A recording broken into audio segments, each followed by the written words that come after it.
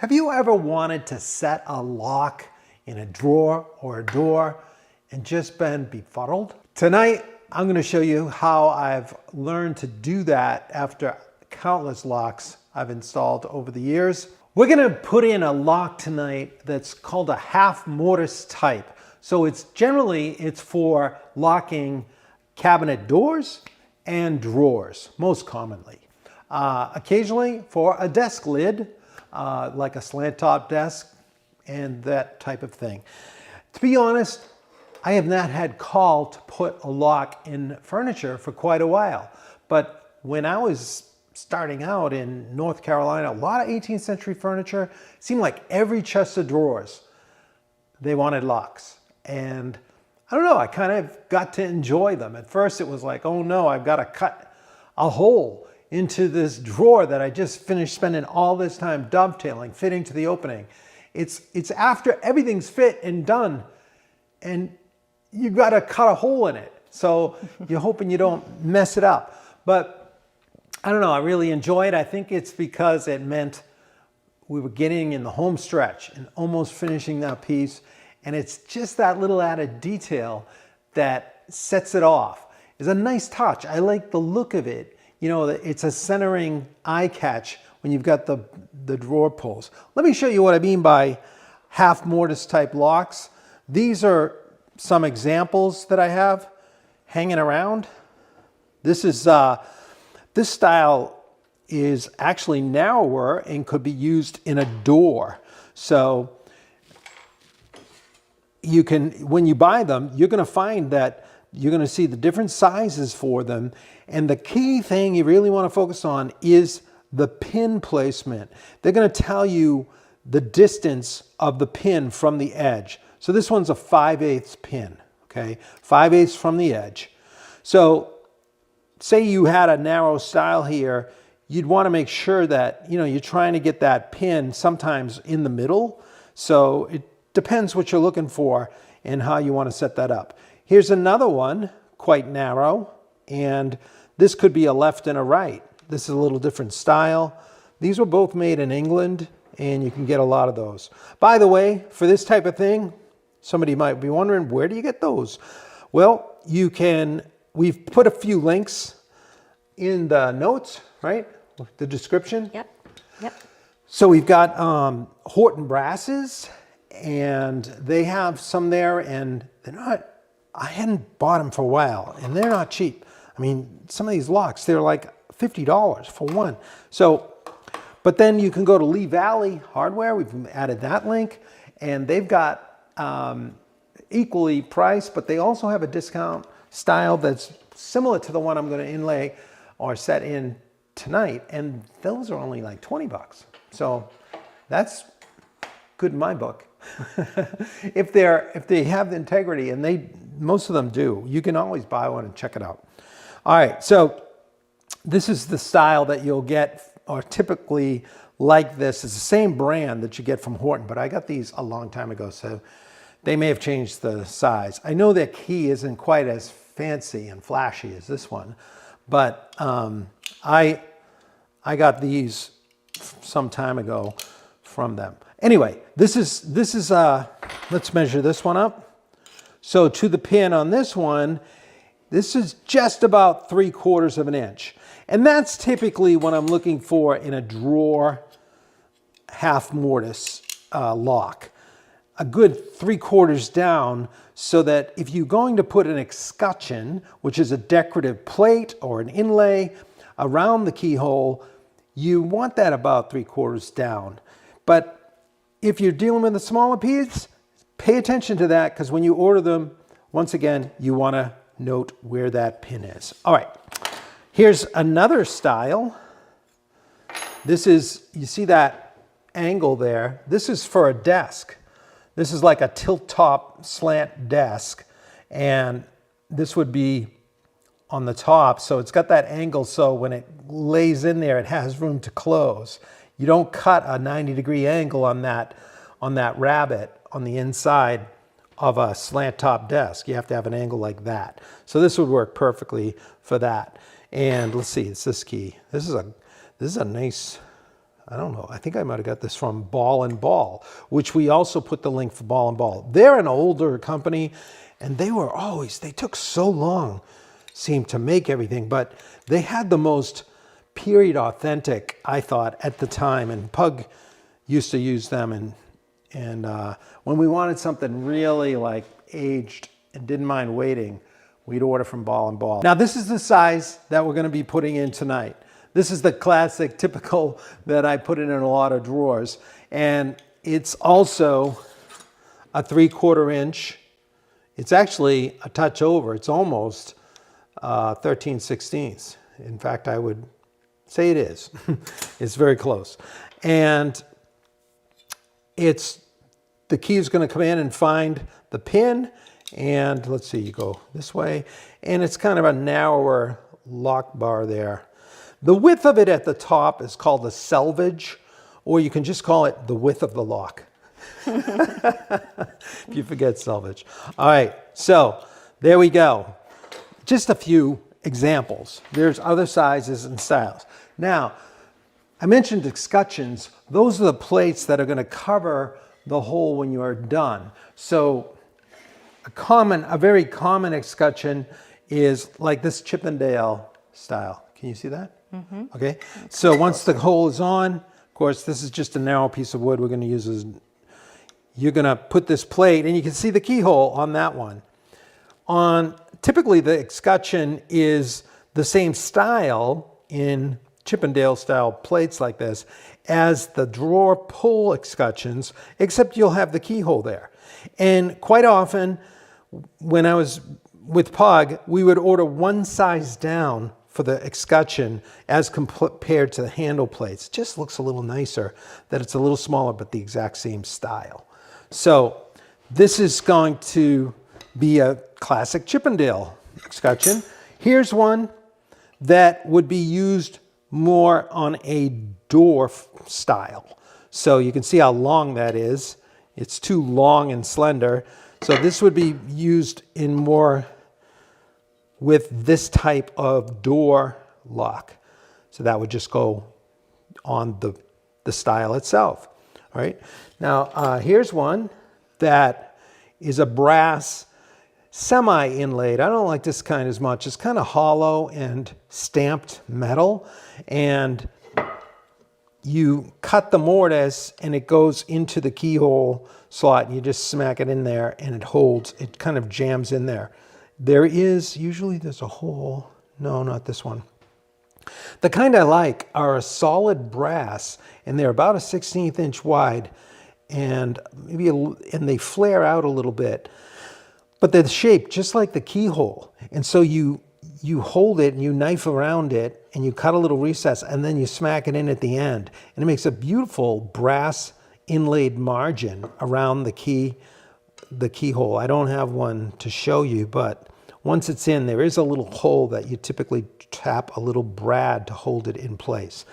But the reason for escutcheons is it's decorative, but it's also functional. So when you come at it with the key, you don't keep marring the wood and finding the pin on the keyhole. So it dresses it up a little nicer. Looks a little more formal. So you don't need them, but it does look a little better.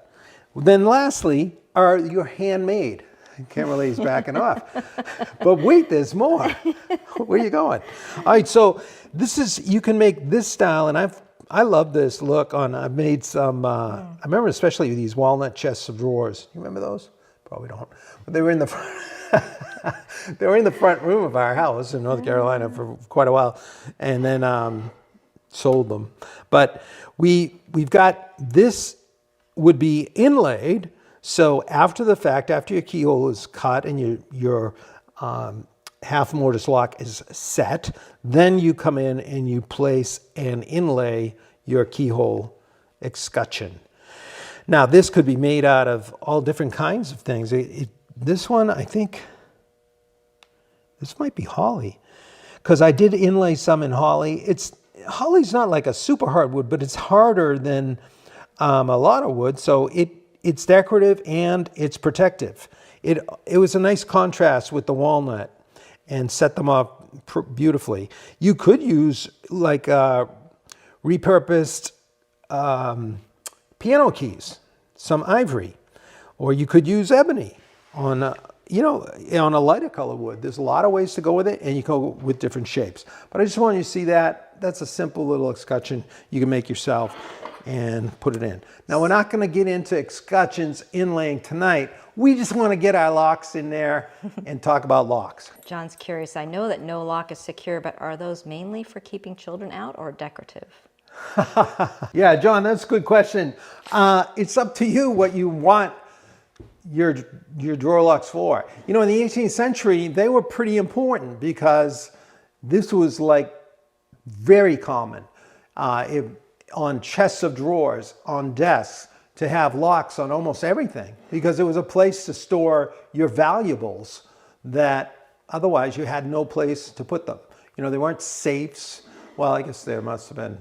You could always dig a hole, but they would commonly use them for protecting some type of precious or valuable piece. So that's why some of those old chests, if they have drawer locks, they also have dust partitions, which are these internal panels in between. Here's the chest of drawers we talked about last week, where you've got these. I've got this long groove behind the drawer divider, and that will actually accommodate a panel. And we put those in on this piece. Let me see. Here's the drawer runner that will get set over here. So you can see how there's a groove all the way around, and it slides in from the back. Now, the reason for having that in many cases is if you're going to put drawer locks, it would be crazy if you had this drawer locked, but you could pull open this drawer and just reach down into it. So there was always these panels inside the piece to keep each opening was its own little cavity, so enclosed. So this one I've got fitted, and I considered putting a lock on this one, but I didn't quite want to do it yet because I'm not sure this is going to be used on a different piece. So I didn't want to use it for that, but you can get a sense of how an inlaid escutcheon like that would look pretty sweet on this, right? But of course with this, we wouldn't put a shaker knob right there. We'd put more of a bail pull or something if you're going right in the center. That's nice. Yeah, but they would definitely go right down the middle there. Let's get to the process. It's really a kind of a logical process once you do one. But I would recommend the first time you're setting locks like this, just take a sample board like this and have a practice run. It'll help you set all your depths, get ready before you cut into your piece. You don't want to have it all go wrong. But the first thing I want you to notice is that the pin is not in the center of the lock, okay, the lock body. So you have the brass, this is steel on this case, but usually they're like this. The older ones were brass plate here, and then the mechanism with the lock is in a steel box behind the brass plate. So you want to note that the pin is offset from that box. But remember, everything goes from the pin. Okay, you begin with the pin placement. That's your layout point. Okay, so we're going to use that pin. This one's offset in another way. So the key here is to get that set. Now, I could set up a square. See how I've got it referencing right off the top, selvage, and I'm bringing it down, and look at how that just splits the center of my pin. So that's giving me the exact distance from the top of my drawer. I'm going to consider this a drawer. You could be a door side. This is the top of my drawer to the center of the pin. All right. Now, let's pretend this is our drawer. This will be our drawer front here. Let's say this is our center, right where we're going to put our lock. I'm just going to make a straight line down and then carry it over, right around, wrapping around. And I don't need to go any further than that. But this is going to then be set behind here, okay? So take note, the lock itself is actually offset from the center because everything's going off the pin. So now I know I need to mark the sides of the box, the mechanism box, because that's the very first thing we're going to route out. But there's a couple things we're going to do here. Right off the center line, we're going to come to the back and we're going to mark the sides of that box. So to do that, I'm just going to make a quick little template. You could make a jig for this, right? If you were doing a lot of drawers, you'd be able to make a jig to route in and cut this to the right depth and everything. But I'm going to go jigless tonight. This is going to be my center line. So I'm just going to make a little template though. And this is the side of the box. I'm going to go a little further than that because we don't have to have that tight. We want to have a little movement. So maybe as much as a 32nd on each side, but not anymore. I don't want a lot of slop. Okay, so there's my center and the sides of my box here. So let's see. I want to make sure I did that right. This is the front. So this is going to go in this way. And so I'm going to take my template and make my marks right here. So this is the width of my little steel box. Now I do this on all my drawers once I mark the center line out, assuming, you know, I've got all the same locks. Do you have to keep the locks lubricated in any way? Is that important? It's probably a good idea to throw in some all-purpose lubricant before you, I like to do that. It does make them work a little better. Just a little spritz in there before you assemble them, because it's going to be from in back here. You can get it in at an angle there. All right, so here's where we're going, right in there. So now I'm going to square down the back with those lines. Now, this is where I want to get the distance, the depth of the box right here. So I'm going to come down and get that full width. I think I've already set this. Yeah.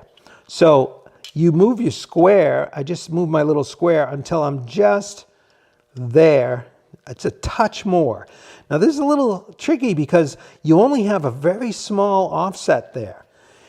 For the plate on the back, it's only a 1/16 of an inch. So you got to be pretty accurate with this. Set your square up right there because you want to maintain that. That's going to show on the back if you overcut that, and you're going to lose that little bit of support there. So I'm going to mark that.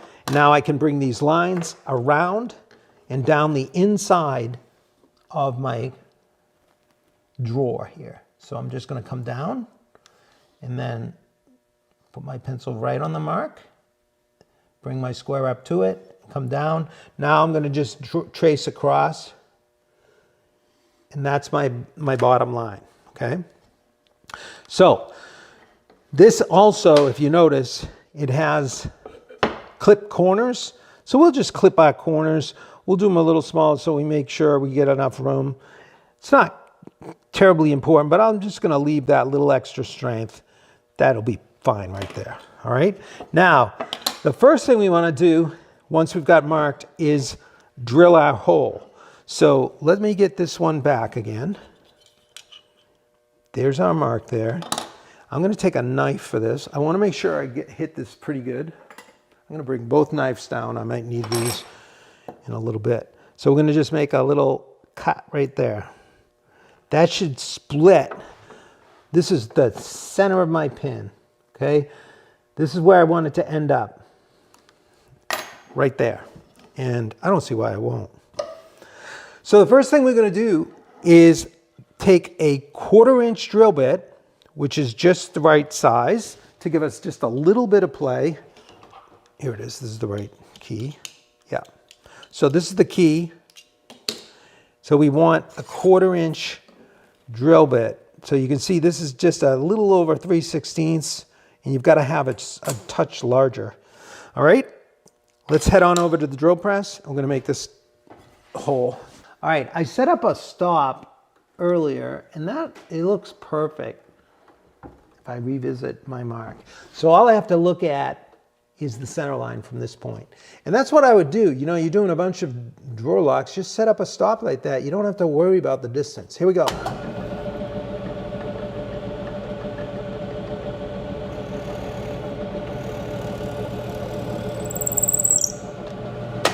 Okay, now you may notice I didn't go all the way through. I don't need to because I'm going to be taking away this material and I'll expose the hole here in a second. All right, so let's go back to the bench. Now I want to begin with mortising for the mechanism box there. So let me get this. I'm going to knife this a little bit just so I can more easily chisel to it, and I don't want to get much blowout. It's inside, but I'm just fussy that way as far as the not wanting tear out, and it'll make it easier to cut to the line later. So I'm just going to put the knife right on the line. And this is the only one I need to come down because the bit's going to be spinning this way and I don't want to let it tear out. Even though it's safely inside here, it's not really exposed. We'll just make a cleaner cut here. All right. Now, while I have my knife here, I might as well knife this bottom line as well. This will just give us something better for the chisel to land in. There we go. All right, so we're ready to take this out. So when I route, I want to just stay just off this line. So let's get my clamps on the bench.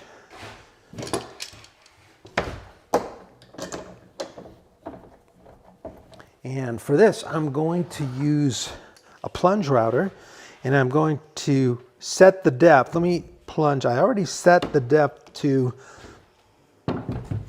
if we look at our lock again, we want to be from the back of the plate to the full depth of that metal box, which amounts, in this case, the box is just under 3/8 of an inch. So I'm going to go 3/8 of an inch just to allow clearance there, and we should be all set.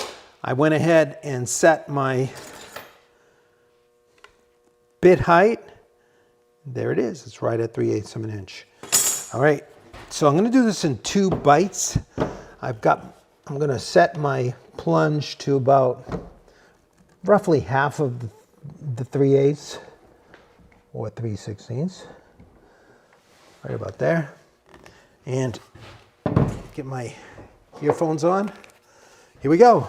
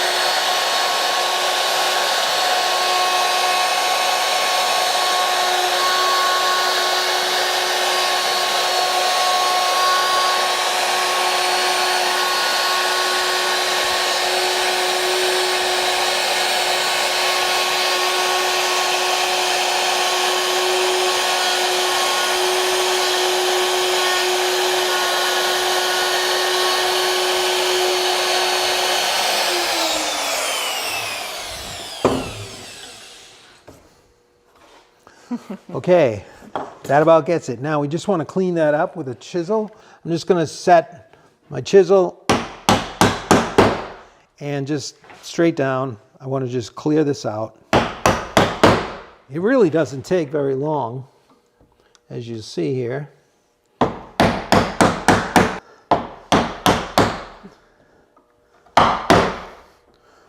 I'll just use this 1/2 inch to chop these corners. This is just rough.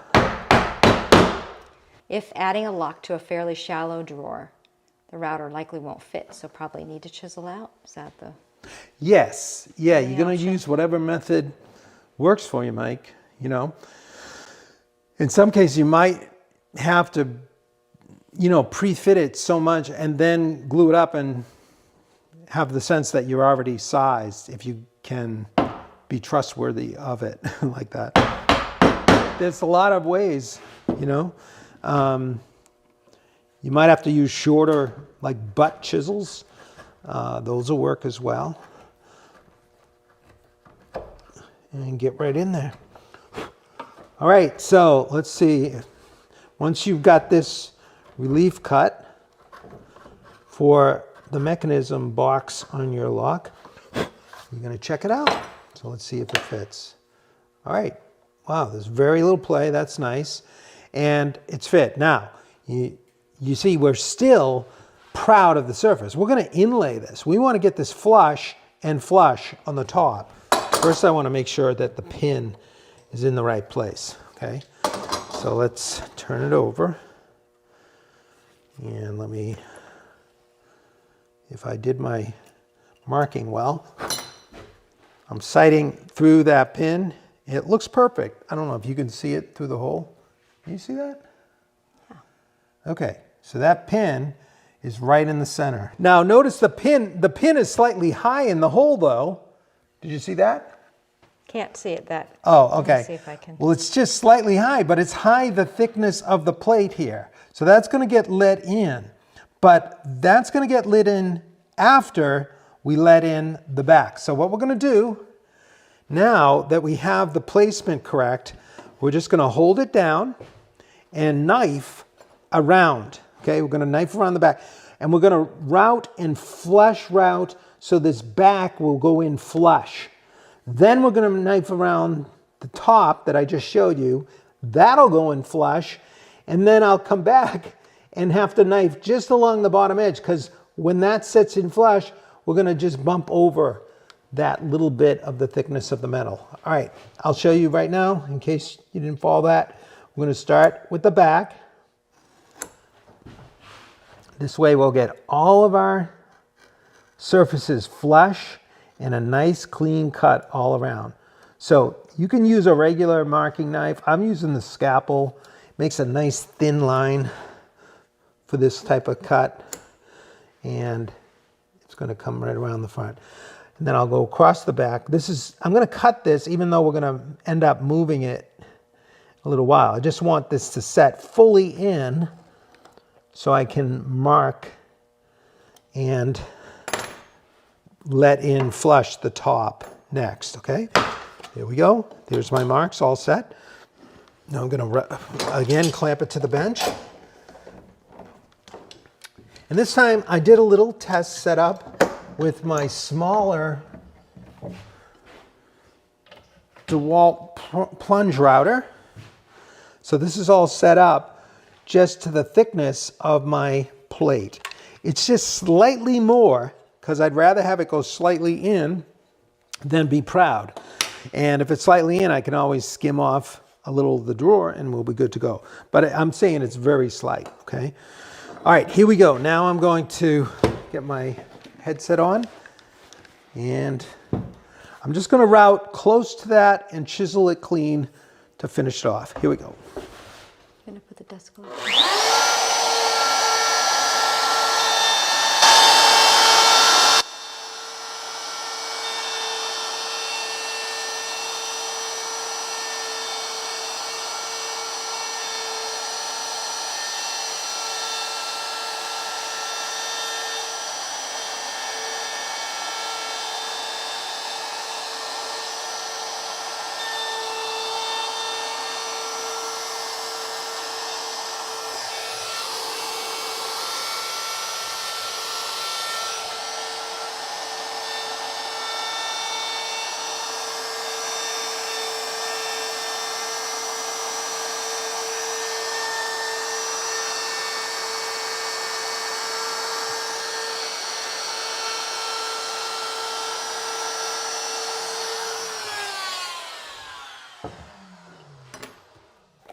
Okay, we're gonna just chisel that clean.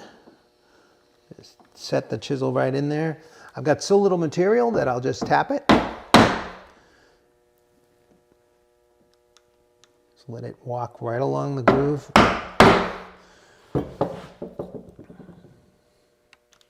This back line I'm gonna make in 2 cuts. So I don't want the bevel of the chisel to drive the chisel beyond the knife line. So I'm gonna relieve it on the other side first to get a really nice clean cut right up to the knife line on the side. Just gonna lightly tap this. Get this out of the way. And now I can chop this right here in the corner. Get a nice clean corner. Except that's not my final corner, but it's very close. All right, so there we go. We're gonna set that there.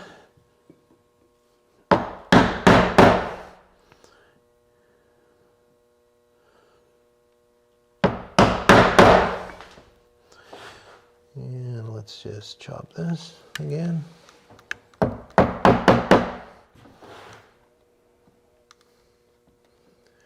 So nice to have my new lights above. It's like I feel like I got new glasses. You know I'm not wearing glasses. New contacts. All right, so let's just clean this edge.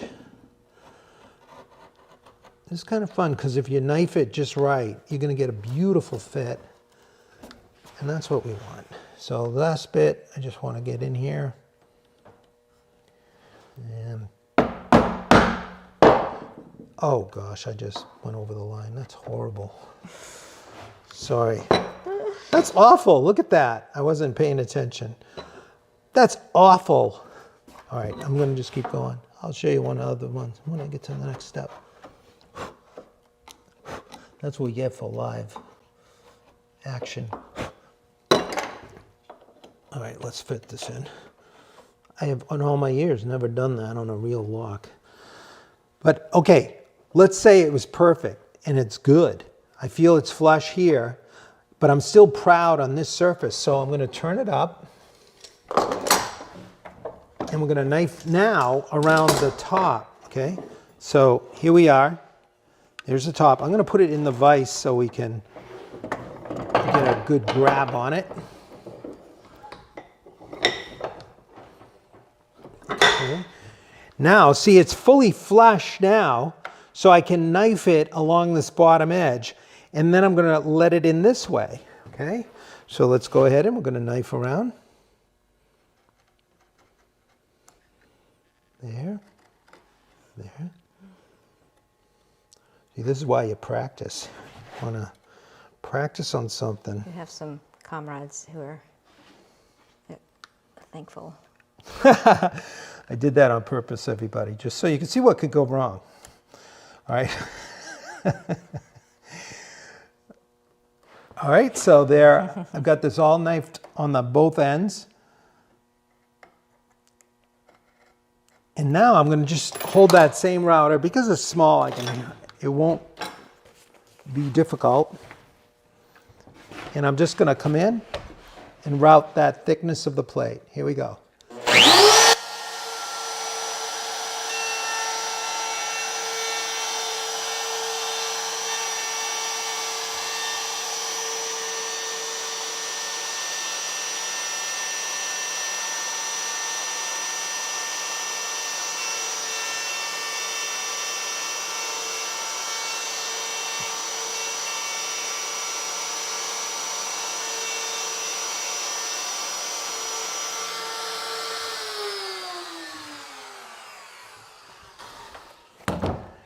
Now here, you want to be gentle. I'm going to make this is a cross end grain, so I can chop this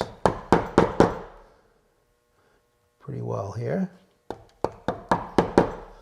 And I'll chop it at the other end as well. I'm going to go right just before the knife line and then make my initial chop. That's going to relieve kind of the pressure against the bevel to drive it, because when you hit it like that against end grain, the bevel wants to drive the back of the chisel beyond your knife line. You can tell the way the knife line squeezes up. So I'm going to just get this in there, and now I can hit it straight down. And you're just going to get a cleaner cut that way. So the scalpel's giving you enough of an edge for the chisel to get in. Yeah.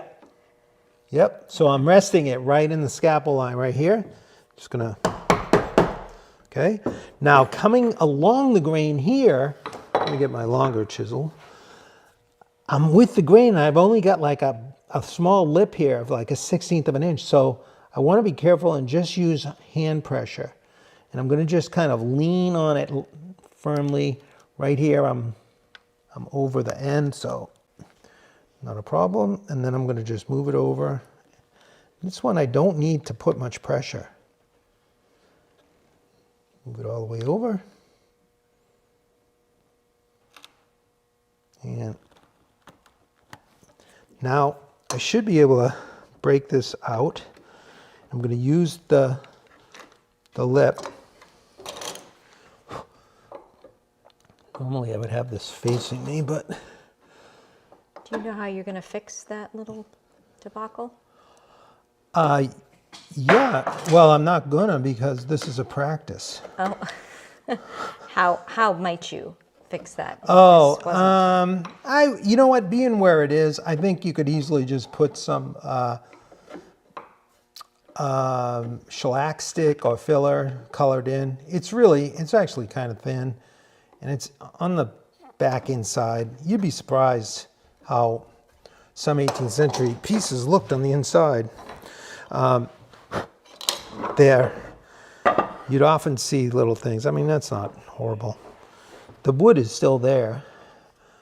It's like I just have a cut. I didn't go all the way, so that could fill up easily. For all to see. It's just annoying. Now I'm gonna push it while it's flush here. Now I can make my final baseline here. There's some comment on your painted fingers. Oh yeah, sorry. We're having a house painting. I shouldn't say we. Tom is painting. Yeah, the house. Kimosabi? Yeah. Yeah, we are. I'm trying to get in some painting. Always right at the buzzer, but it's beautiful fall weather here, so it's been actually gorgeous the last couple days. So, all right, that's my final spot. So see how I don't have much more to go.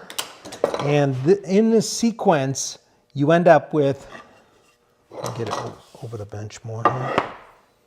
You end up with a perfectly fitting inlaid block. So let's just get this in there. All right, now this is again that thin amount. There's not a lot to do here. I'm just using that knife line from the scalpel. Here I just have a push right here. Not gonna go nuts. It's pretty shallow, and then the last one. I'm not using the mallet here. That's too much. Okay, now I should be able to pop that out. Use the wider chisel to kind of span, using the flat to get the depth right in the middle there, and pop that out. Make sure I got it deep enough here.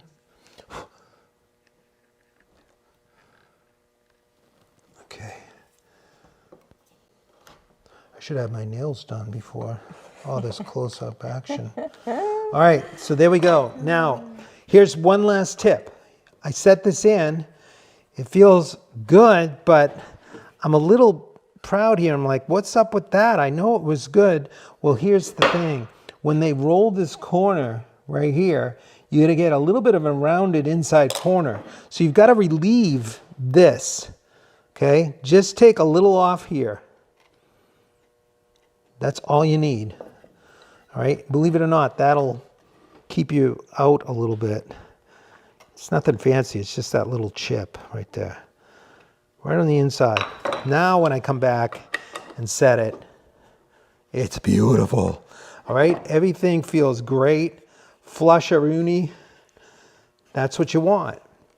And if I look in there, I can see my pin right in the middle. Can you see it? The last thing on fitting the keyhole is, before obviously putting it on, we have to make this hole a slot below it to allow the full key to pass through. Okay, now if we look at our lock, you can see that they allow a slot here about 1/8 of an inch wide. Let me get my rule. So that slot for the key is a touch over 1/8 of an inch. Okay, so I want to, but you can see that the actual key is a little less than 1/8 of an inch. So I think if I make 1/8 of an inch wide cut there. Now the length from the center of the hole is 7/16. So let's just mark that. We're going to mark from the center of the hole, we'll just come down 7/16, and that's going to be the bottom. We've got our center line, so I'm going to just get a 1/8 inch wide drill bit right here, a spur bit or brad point, and we're going to back this up. See, I've got just the hole there, and I want to drill this now, so I'm going to put a piece of wood in there. This is just to back it up, put some pressure on there when I drill through so it doesn't blow out all over. And now I'm going to put the point right on my line. So I'm going to drill a series of holes.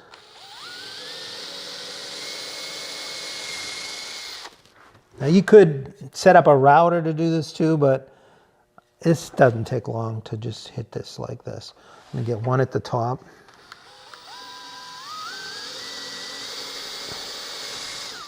And I'll try to get this one in the middle. It's going to want to drift into one of the other holes, but we'll try to hold it as straight as I can.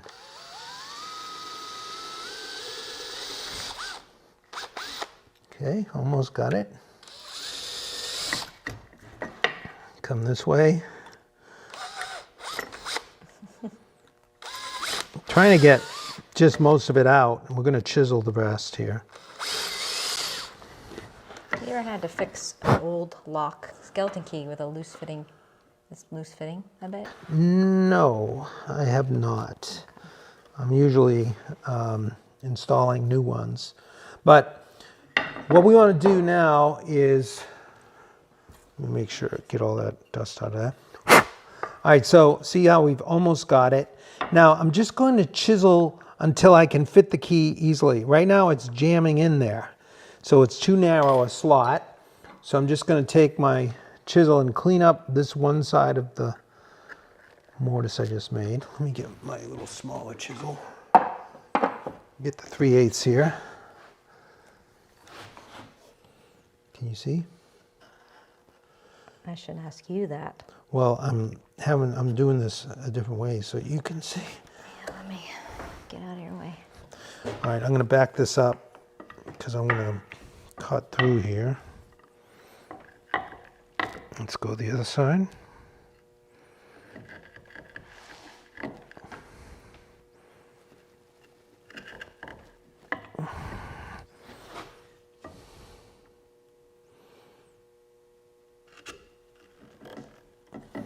Okay.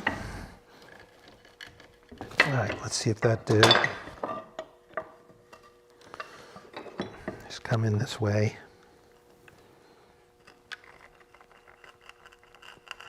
Just got to get that set of material out of there.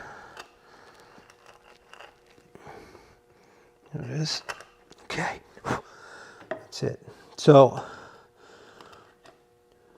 let's see how it works now. Now I just want to see if the key fits in there, and it's still a little snug. So it's at the top primarily. So I'm going to go ahead and shear a little off the sidewall on both sides. So I don't want this very wide. The thing is, when I first started this, the first few I did, I took the escutcheon and I put it on there after I cut my hole, and I traced that escutcheon keyhole. And I just cut the hole all the way through the size of the escutcheon cutaway. So then what happened was, when I fit the key, it easily fit in there, but because I had cut more away, when it came in to find the lock, it would sometimes hit the metal side in there. It wasn't tracking nicely right onto the pin. It would sometimes just hit, and it was annoying, just that little bit. So these are the little things. When you set a lock or put a pull on, whatever it is, you want it to function beautifully. And you don't want any kind of awkward bumpiness to it. So one of the tips I have here is to first make this groove narrower. So we're not thinking about the escutcheon at all. Okay, that's almost all the way through. Joe's saying, so the 90-degree second slot on the lock must be so the lock can be mounted vertical or horizontal, drawer or door.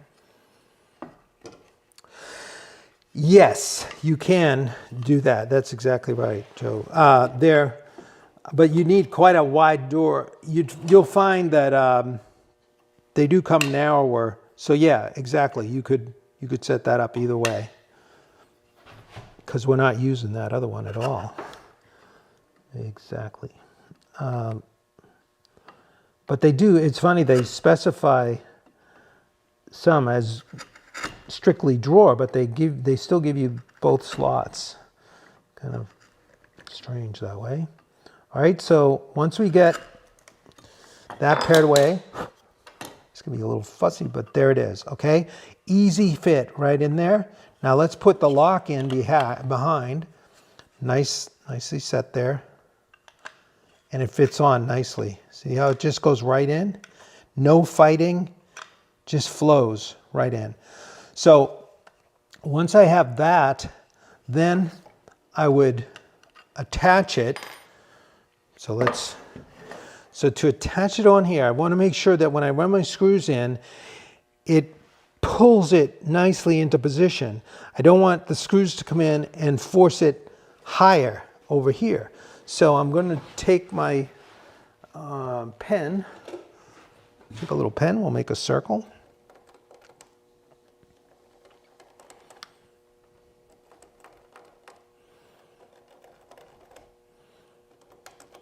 And I'm just going to take an awl, and when I poke this awl, I'm going to be slightly inside on the round hole. Okay, see where I am? I'm not trying to go dead center. I want this to pull in and be snug. So pay attention like where you drill this pilot hole. I'm putting a pilot hole for the screws. Now the screws I'm using here are not those ideal for the lock. They're number 4s, 4 brass. This lock should really have 3s, but I'm going to use the 4s because that's all I happen to have with me. Usually the locks come with the appropriate screws, but somehow these got separated in all the... Did you say where this particular hardware comes from? We have links to several in the description below. Yeah, this would be similar to the one that you'll find at Lee Valley, the discounted one. So you can get a lock like this for like 20 bucks. But these other ones, the A and B, I forget what it's Spice, I think. They're made in England, and this style, they have the heavier lock bar there that comes up. Those are like 50 bucks at the other places, so 40 to 50. All right, so I'm just going to pilot these now. The drawer front here is 3/4 of an inch thick, so it'll work well for this.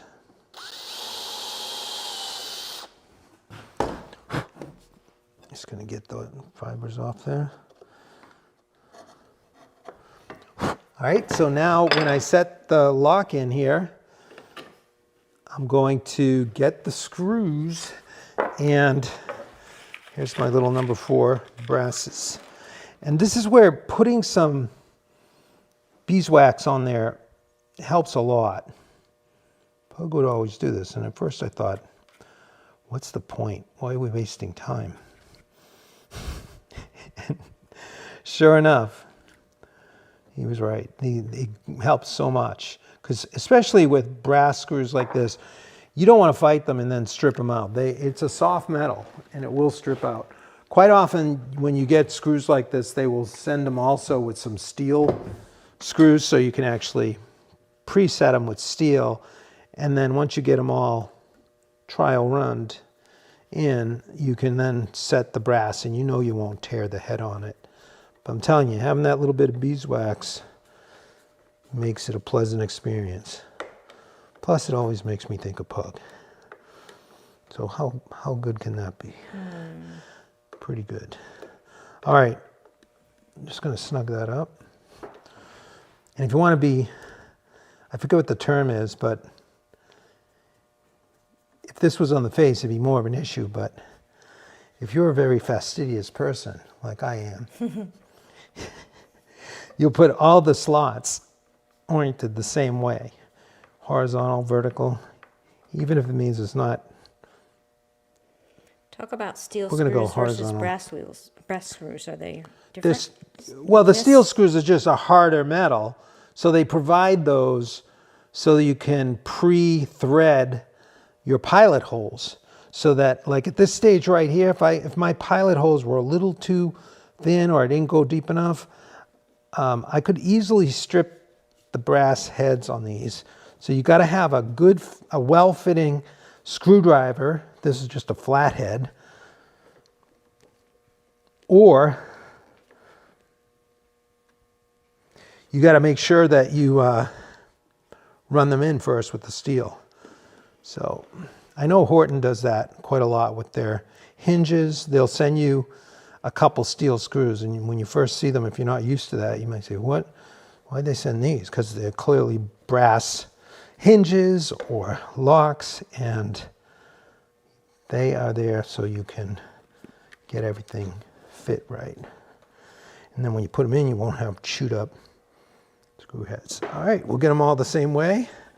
They're a little proud, but that's okay. But look how well that lock fits. I'm telling you, that's super flush, feels great, and the pin is right there. Now let's check it out. Run the key in. I think I'll go this way. It works like butter. Okay, so it's going beautifully. Now that I've got the hole, everything's established, this is when you think about the escutcheon.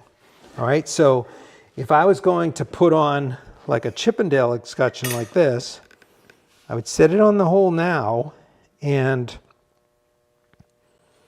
because this is a large plate here, what I like to do is actually, I would, see these little holes? I would tack it in place, but not have it all the way down. You can pre-drill those little pinholes too, so that if you have to pry them off, it's not a lot. I just pre-drill them slightly smaller than the brad point, because the pins that hold these escutcheon on are round-headed brass brad or nail. And so once it's in place, you can still see that slot there. And I want to clean that up and get it the same shape as the escutcheon, but I'm not going all the way. What I'm going to do is use that placement. I'm just going to use this chisel. I would first tack it in place so I could use both hands. I'm kind of, okay, so I'm getting that marked there. So I've got here's a chisel that I ground down a little narrower. So this will go across the bottom.